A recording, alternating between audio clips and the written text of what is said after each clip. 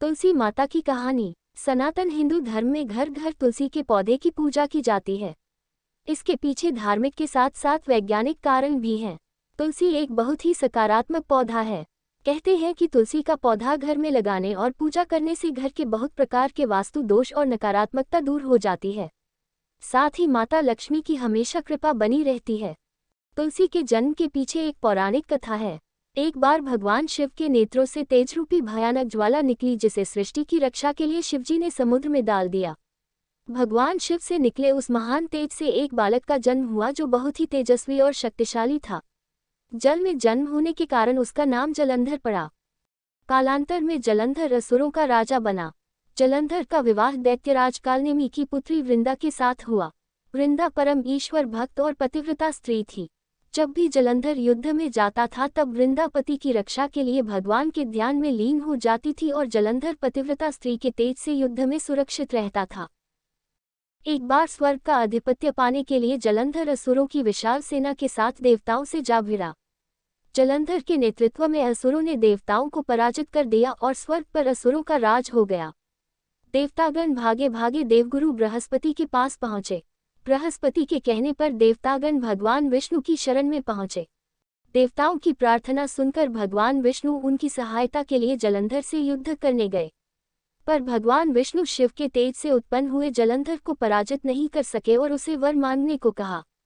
जलंधर ने चालाकी से भगवान विष्णु को लक्ष्मी सहित अपने महल में रहने का आग्रह किया, जिसे भगवान विष्णु मना नहीं कर सके। इस तरह जलंधर ने भगवान विष्णु से भी अभय प्राप्त कर लिया।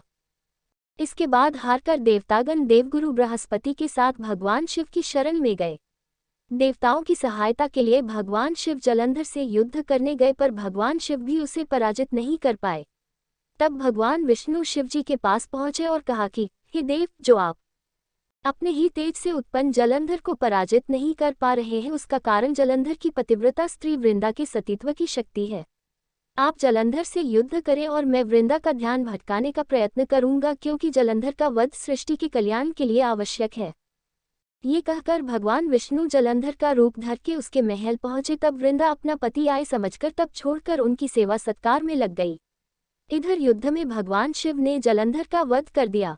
जलंधर का वध होते ही दूत वृंदा को खबर देने पहुंचे। तब वृंदा को समझ में आ गया कि उनके साथ छल हुआ है।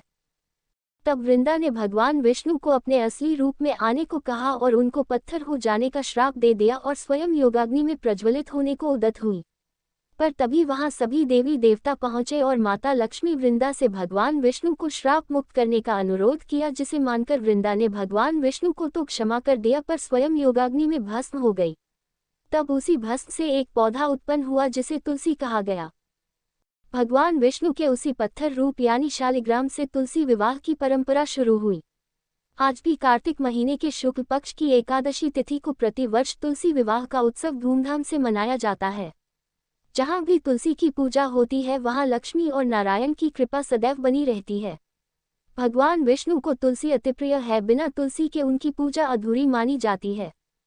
संसार में चाहे कोई भी मनुष्य कितना भी दुष्ट क्यों न हो, कितने भी पाप क्यों न किए हों, मृत्यु के दौरान उसके मुंह में तुलसी और गंगाजल अवश्य दिया जाएगा। इससे वह अपने पापों से मुक्त होकर वैकुंठ धाम जाएगा। इसके अलावा जो व्यक्ति तुलसी व आंवला के पेड़ की छाया में पितरों का श्राद्ध करेगा, उसके पितरों को मोक्ष मिलेगा।